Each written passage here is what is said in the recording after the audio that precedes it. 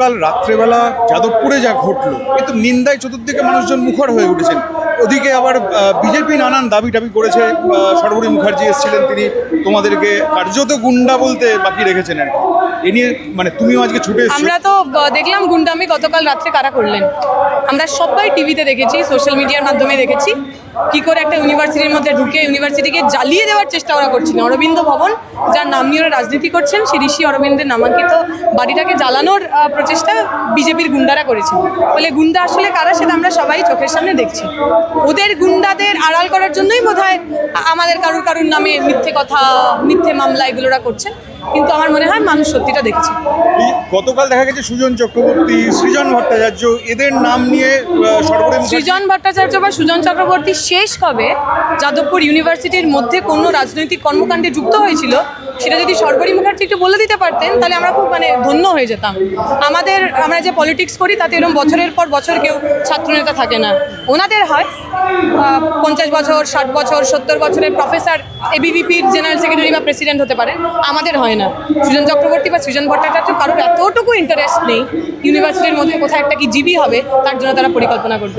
দীপশিতা, গত সরকারের বিরুদ্ধে তোমাদের একটা লড়াই ছিল যে তোমাদের কলেজগুলোতে নির্বাচন করতে দেয় না, কিন্তু এ সরকার আসার পরে তো পরিস্থিতি একই রকম দেখা যাচ্ছে। আমরা তো অন্য কিছু আশাও করিনি। আমরা স্পেশালি যারা 2014 সাল থেকে বিজেপিকে দেখছি, আমরা এর চেয়ে বেশি কিছু আশাও করি না। আমরা জানি যা তৃণমূল করেছিল বিজেপি সে একই কাজ করবে। কিন্তু এই যে ধরো সরাসরি যে লড়াইয়ের জায়গাটা তৈরি হচ্ছে, মানে তোমাদেরকে কন্টিনিউ অ্যাকিউজ করা, মানে কোথাও কি মনে হচ্ছে যে লড়াইটা কি এবার মুখোমুখি লড়াইটা প্রথম দিন থেকেই মুখোমুখি ছিল। দ্য অনলি থিং ইজ আগের বার 2026-এর আগে অবধি একটা শ্যাডো অর্গানাইজেশন ছিল যারা বিজেপির হয়েই কাজ করতেন, তৃণমূল ছিল। এখন সেই শ্যাডোটা চলে গেছে। তখনও লড়াইটা আরএসএস এবং আরএসএসের বিরোধী মানুষজনের ছিল, এখনও তাই আছে। একটা অভিযোগ উঠছে যে সর্বরী মুখার্জি তো যাদবপুরের বিধায়িকা, কিন্তু তিনি তো আর এই অঞ্চলের বিধায়িকা নন। সেগুলো যদি বিজেপির লোকজন জানতেন তাহলে তো ওনারা দিমাগই হয়ে যেতেন না। ওনাদের দিমাগ নেই বলেই ওনারা বিজেপি, ওনাদের দিমাগ নেই বলেই ওনারা অন্ধভক্ত। ফলে ওনারা এইরকম উদ্ভট কর্মকাণ্ড করবে সেটাই আমাদের কাছে সেটাই খুব স্বাভাবিক। সেটা না হলে বরং আমাদের অস্বাভাবিক লাগবে। সর্বরী মুখার্জি একটা দাবি করেছেন, একটা অভিযোগ করেছেন যে এখানে টুকরে টুকরে গ্যাং, দেশদ্রোহী ভাষণ, বক্তব্য এই সমস্ত দেওয়া হয়। এটা নিয়ে তুমি কি বলবে? এটা আজ অবধি আমরা কেউ শুনতে পেয়েছি? 2016 সাল থেকে আমি শুনে যাচ্ছি টুকরে টুকরে গ্যাং। এখনো অবধি বিজেপির সরকার কাউকে তো দোষী সাব্যস্ত করতে পারেননি কারণ কোনো প্রমাণ নেই। যেহেতু বামপন্থীদের বিরুদ্ধে আর কিচ্ছু বলার নেই, আমাদের চোর ডাকাত কিচ্ছু বলতে পারছেন না, সেই কারণে ওরা এই একটা মিথ্যা প্রোপাগান্ডা সেটাকে পেডেল করার চেষ্টা করছেন, আর কিছু না। কোথাও কি তোমার মনে হচ্ছে যে কেন্দ্রে বিজেপির জমি বড্ড নড়বড়? একেবারেই, শুধু কেন্দ্রে কেন, পশ্চিমবঙ্গে আমার মনে হয় না কোনো সরকার আসার পর তার কয়েক মাসের মধ্যে এই ধরনের আউটরেজ যেটা আমরা বিজেপি সরকারের বিরুদ্ধে দেখছি সেটা পশ্চিমবঙ্গে আমরা কখনো দেখেছি। তারা যে কথা বলে নির্বাচনে জিতেছিলেন, যে কথা বলে সরকারে বসেছেন, আলটিমেটলি সেগুলো একটাও তারা সার্ভ করতে পারছেন। এই 100 দিনে তুমি বিজেপিকে 10-এ কত দেবে? -100।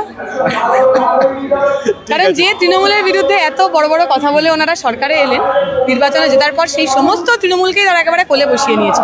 তাহলে ববি হাকিমদের নিয়ে, কাকলি ঘোষ দস্তিদার নিয়ে কিভাবে আপনি তৃণমূল বিরোধী লড়াই করেন আমি এখন অব্দি বুঝে উঠতে পারলাম না। তুমি মুখ্যমন্ত্রী শুভেন্দু অধিকারীকে তুমি 10-এ কত দেবে?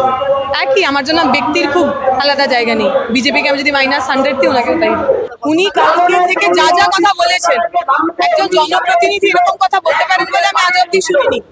উনি প্রত্যেকটা সময় এই প্ররোচনা দিয়ে গেছেন যাতে ক্যাম্পাসের মধ্যে সাধারণ ছাত্রছাত্রীদের উপর আক্রমণ করা হয়। উনি যে বলছেন যে ইললিগাল জিবি মানে কি? জিবি মানে জেনারেল বডি মিটিং। আমি যদি কোনো ইউনিভার্সিটির সাধারণ ছাত্রছাত্রী হই, এটা আমার অধিকারের মধ্যে পড়ে যে আমি একটা জেনারেল বডি মিটিং ডাকতে পারি।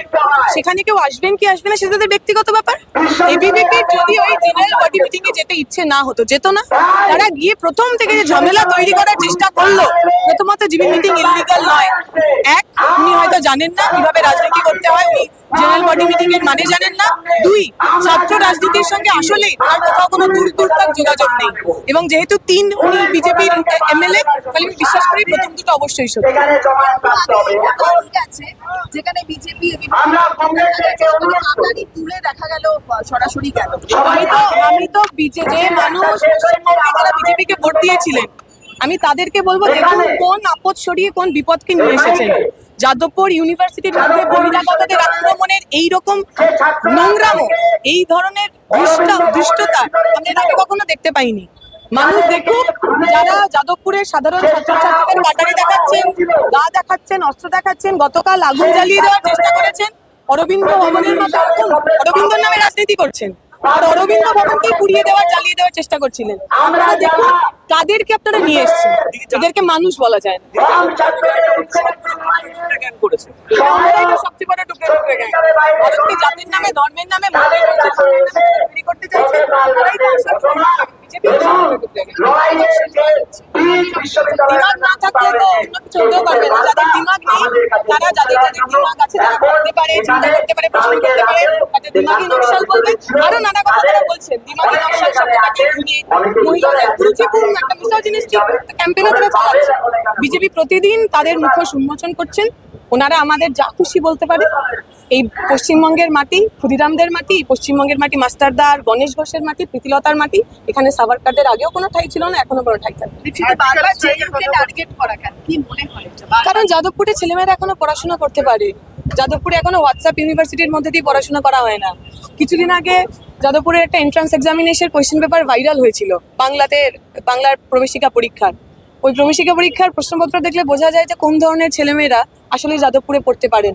আমরা চাই যাদবপুরের মতো এই পরিবেশ সমস্ত জায়গায় তৈরি হোক, যেখানে মানুষ প্রশ্ন করুক, বিরুদ্ধ মতের মানুষ একসাথে থাকুক, তর্ক করুক, বিতর্ক করুক, কিন্তু সেটা রাজনৈতিক পরিসরকে কখনো নষ্ট না করে। ওনারা এই রাজনৈতিক পরিসরটাতেই বিশ্বাস করেন না, ডিবেট, ডিসকাশন, এই কালচারটাতেই বিশ্বাস করেন না। তাই এরা যখন প্রশ্ন করে, ওরা তখন আগুন ছুড়ে মারে।